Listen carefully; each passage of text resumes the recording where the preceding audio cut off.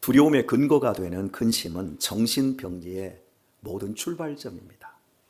어린이는 숙제를 걱정하고, 청년은 진로를 근심하며, 중장년은 자녀와 부모, 직장과 노후를 근심합니다. 노년은 건강과 죽음을 근심합니다. 근심은 연령과 지위와 소유와 학위가 달라도 모든 인생이 앓고 있는 정신질병입니다. 근심은 조용히 속삭입니다. 그런데 그 조용한 속삭임이 잠을 빼앗아가고 기쁨의 온도를 낮추고 인간관계에 균열을 냅니다.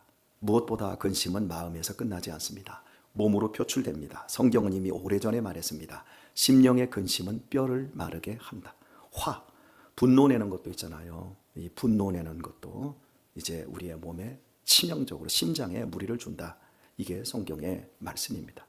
현대의학도 비슷한 경고를 합니다. 만성불안과 긴장은 심장과 신경계, 면역과 소화까지 흔듭니다. 사람을 근심이 병들게 한다는 겁니다. 그래서 우리는 근심을 없애려고 애를 씁니다. 취미를 붙잡고 술로 달래고 여행으로 잊고 심리학적 기술을 배웁니다.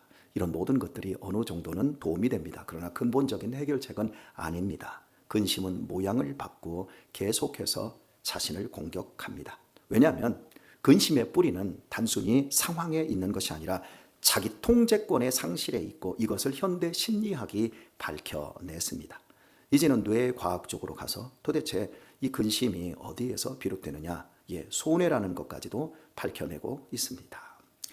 자기 통제권의 상실, 그것이 근심의 출발, 병리라는 겁니다. 오늘 근심하지 말라는 말씀은 단순한 위로가 아닌 우리 내면을 잠식하는 근심을 다루는 주님의 근본적인 치료책이자 처방책입니다.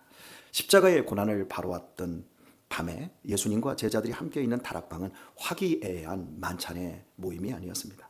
최후의 만찬이라 우리가 이렇게 얘기하고 있지만, 그 최후의 만찬 자리는 흥겨운 자리가 아니라 보이지 않는 공포와 혼란의 도가니였습니다.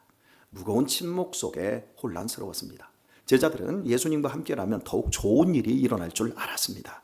큰 기대가 있었습니다. 오병이의 기적, 병자들의 치유, 사람들이 예수님을 임금 삼으려는 열기를 보며 이제 예수님의 수제자들인 우리는 우리의 시대가 이제 열리는 줄 알고 기대하고 있었습니다. 그런데 그 기대의 절정의 순간 예수님이 전혀 다른 말씀을 하십니다. 너희 중 하나가 나를 팔 것이고 나는 죽음으로 너희 곁을 떠나야 한다.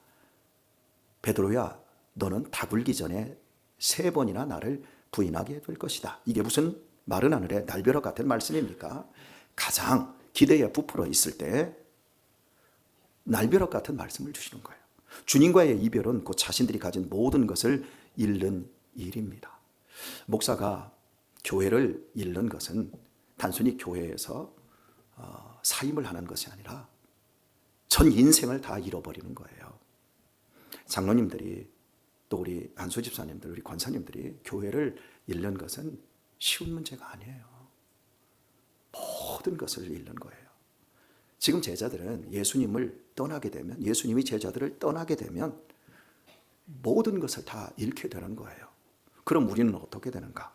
우리가 바친 시간과 인생은 헛수고였나? 이제 우리는 어떻게 해야 하나? 다락방은 패닉 상태에 빠져 있습니다. 그리고 예수님은 그 패닉의 한복판에서 그들의 심장을 겨누고 말씀을 하십니다. 너희는 마음에 근심하지 말라. 저는 지금까지 설교를 하면서 여러분의 감정을 겨눠본 적이 단 한 번도 없습니다. 제 설교는 항상 여러분의 심장을 겨누었습니다.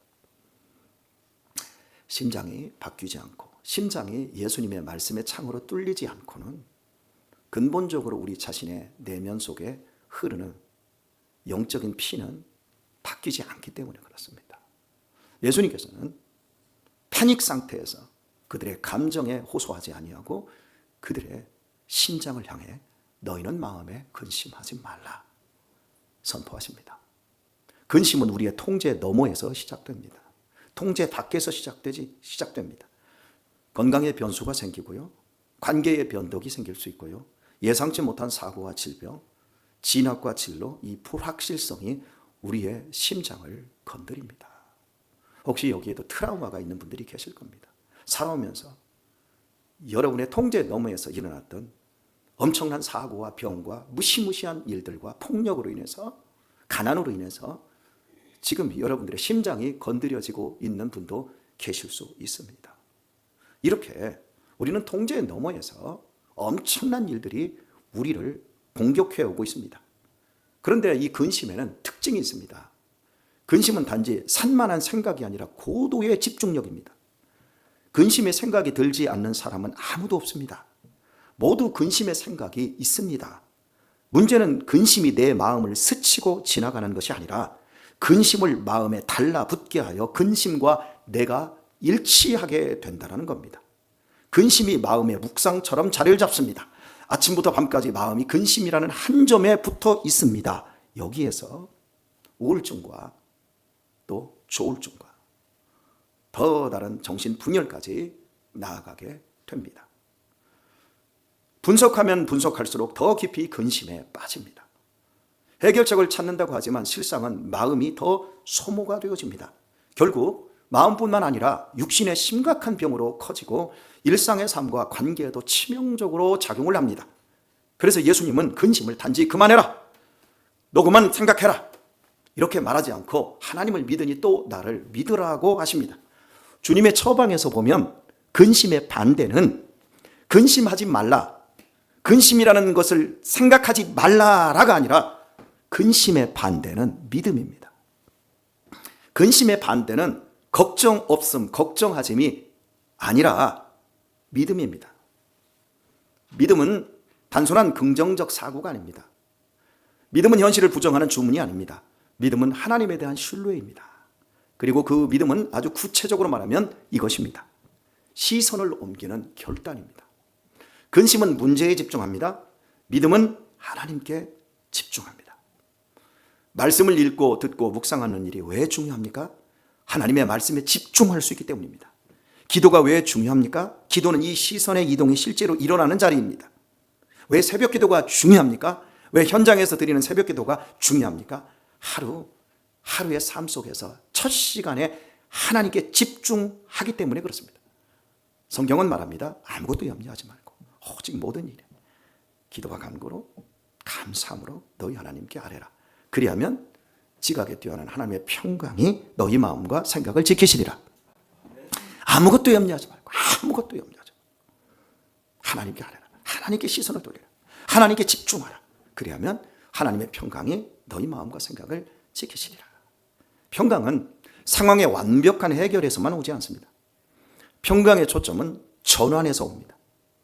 문제가 사라져서가 아니라 하나님이 더 크게 보이기 시작할 때 평강이 마음을 지킵니다. 아주 오래전 제가 어린 시절 때 들었던 유명한 이야기 하나를 소개하도록 하겠습니다. 초등학생 저학년으로 보이는 한 어린이가 홀로 미국에서 영국행 비행기를 탔습니다. 대서양을 횡단하는 상공에서 난기류에 의해 비행기가 흔들릴 때마다 어른들은 불안해하고 좌석을 움켜쥐었습니다. 그런데 부모도 없는 이 아이는 평온하게 과자를 먹습니다. 옆에 있던 사람이 물었습니다. 무섭지 않니? 아이가 웃으며 대답했습니다. 우리 아버지가 이 비행기 조종사예요. 아빠가 약속했거든요. 아버지는 비행기를 조종하느라 자리를 비울 수 없어서 함께 너랑 있을 수는 없지만 대신 비행기를 흔들어서 아빠가 저를 잊지 않고 있다는 신호를 보내기로 해주셨거든요. 그래서 비행기가 흔들릴 때마다 저는 아버지의 약속이 생각나 너무나 좋아요. 믿음이라는 게 바로 이런 것입니다. 내 인생 비행기가 흔들리지 않는 게 믿음이 아닙니다. 흔들리는 비행기 안에서도 조종사가 누구인지 아는 것, 그리고 그 조종사를 신뢰하는 것, 그것이 바로 믿음입니다. 내려주세요.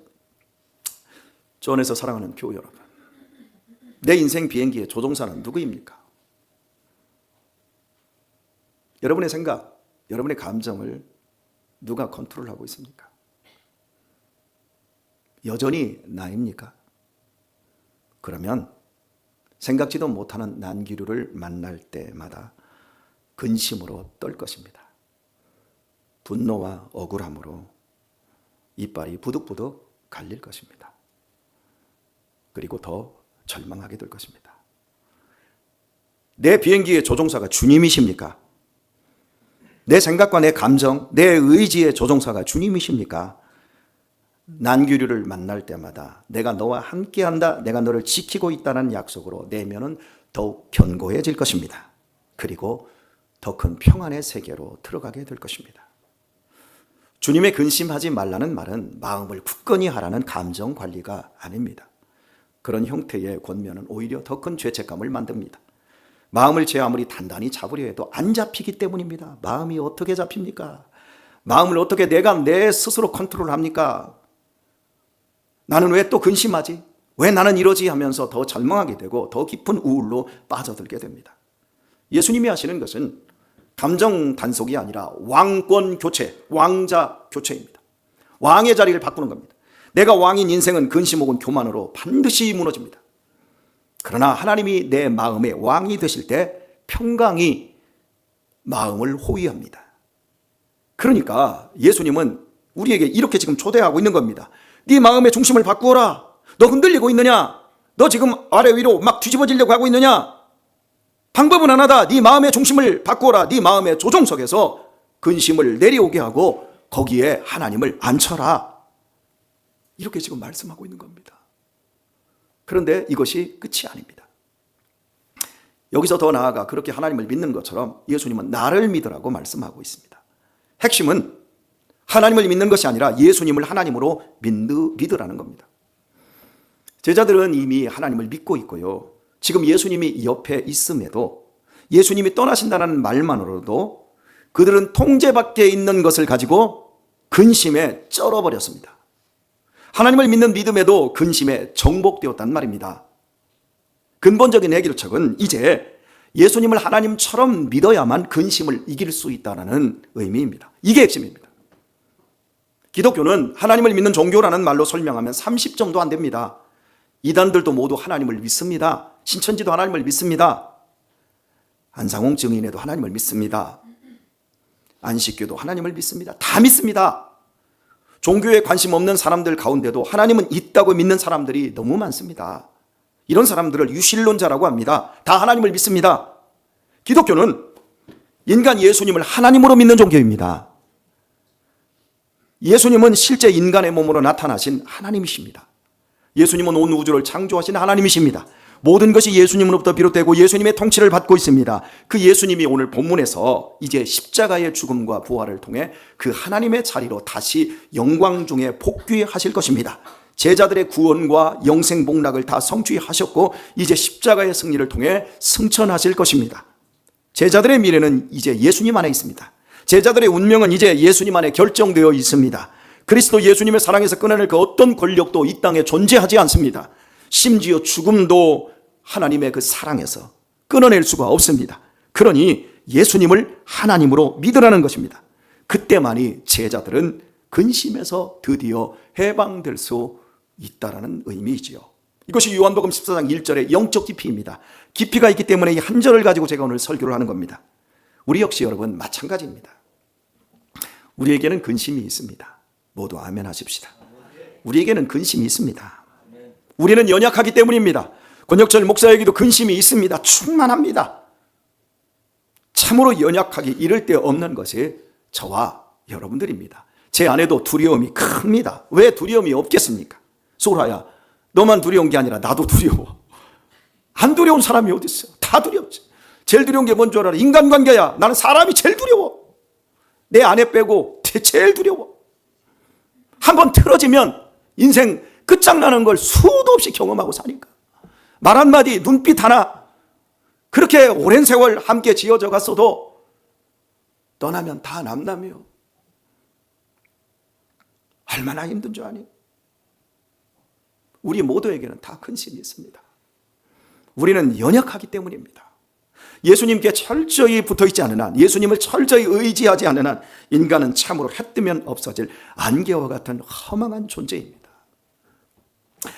주 안에서 사랑하는 우리 교우 여러분, 여기서 저는 지금으로부터 150년 전 한 사람을 소개하려고 합니다. 지난주에 제가 읽었던 시집에 있었던 그 주인공 이야기인데요. 천하무적이라는 시를 쓰신 분인데 강철의 사나이로 불렸던 영국의 시인 월리엄 어니스트 헨리는 12살에 뼈 결핵으로 한쪽 다리를 절단을 해버렸습니다. 그리고 그 절망을 뚫고 나가려는 강철 같은 의지로 유명한 시를 썼는데 제목부터가 도발적이지요. 인빅투스, 천하무적. 불멸, 이런 뜻입니다. 시의 마지막 소절 하나를 제가 여러분에게 소개를 하겠습니다. 문이 아무리 좁고 명부에 적힌 형벌이 아무리 많아도 나는 내 운명의 주인이다. 나는 내 영혼의 선장이다. 그 결연함 자체는 매우 강하고 인상적입니다. 장애물을 극복하려는 마음을 시시하게 여길 사람은 없습니다. 헨리는 책과 강의를 통해 그의 의지를 수많은 사람들에게 주입하며 불멸의 의지인으로 통했습니다. 그러나 라인홀드 리버가 지적했듯 그의 의지적 선언은 매우 위험했습니다. 강철 같은 의지는 어느 순간부터 현실을 이기는 용기가 아니라 현실을 왜곡하는 교만한 과장이 되기 때문입니다. 그런데 많은 사람들이 이 헨리처럼 살려고 합니다. 나는 내 운명의 주인이다. 나 건드리지 마라. 나는 내 영혼의 선장이다. 모든 결정은 나에게서 시작되는 거다. 인간에게는 자유의지가 있고 그 자유는 내가 마음대로 하며 사는 것이다. 기독교인들을 보라. 저 어리석은 사람들, 저 심약한 사람들을 보라. 불멸의 의지를 가진 사람들은 이렇게 기독교 신앙을 하찮게 여깁니다. 여러분, 정말 내 자신이 내 운명의 주인일까요?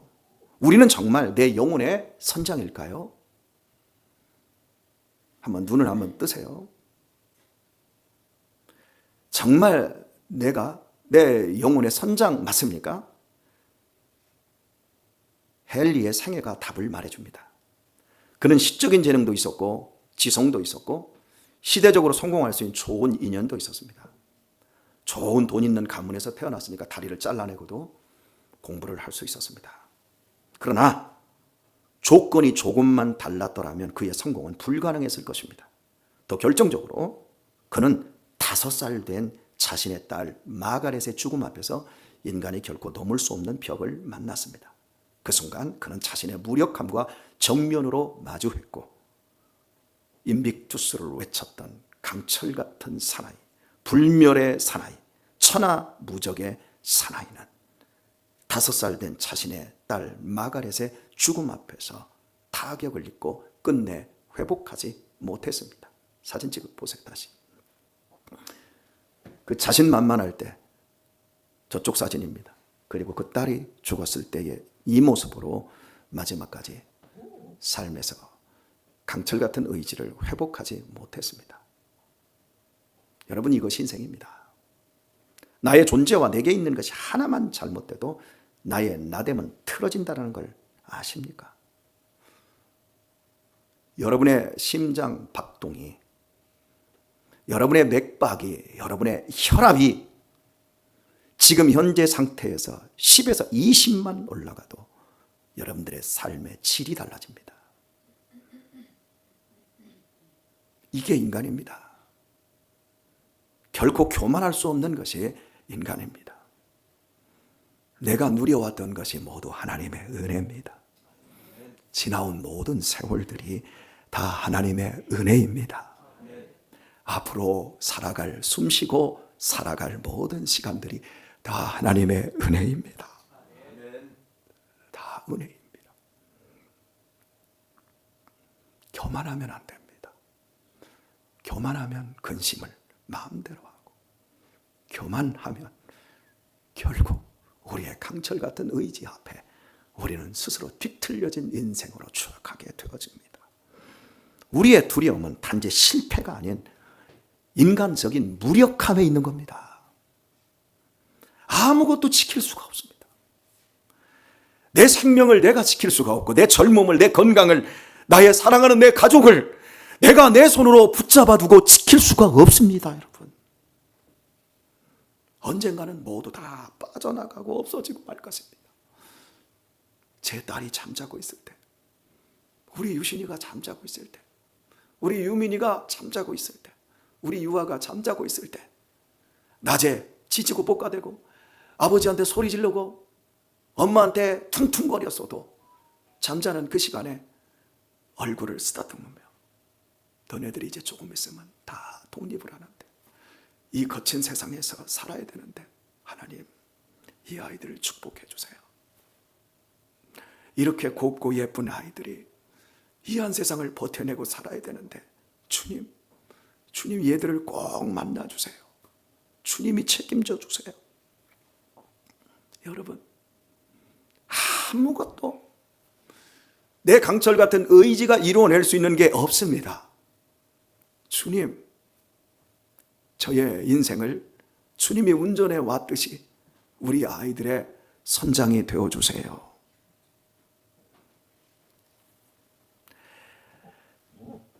인간의 근본적인 무력함이 우리를 근심하게 만듭니다. 그리고 이 근심은 우리를 믿음의 세계로 이끌어 가느냐 아니면 절망으로 우리를 끌어가느냐, 둘 중 하나를 우리는 선택할 수 있는 겁니다. 하나님께 집중한 사람은 근심 속에서 믿음을 향해 가고 있지만, 평강을 누리며 살지만, 그 근심 속에서 하나님을 시선을 하나님께 두지 않는 사람은 절망을 향해서 나아가게 되어집니다. 성경은 우리에게 말합니다. 이 깊은 두려움은 결국 하나님으로부터 멀어진 데서 시작되었고, 하나님 없이 인생길을 모두 내가 책임져야 한다는 무게감이 곧 근심을 만들어낸다는 겁니다. 그래서 주님은 2000년 전 다락방과 지금 이 자리에 영으로 오셔서 우리에게 이렇게 말씀하고 계십니다.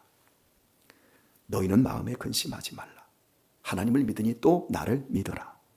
스스로 강해지거나 더 독해져라가 아닌 나를 하나님으로 믿으라고 말씀하십니다.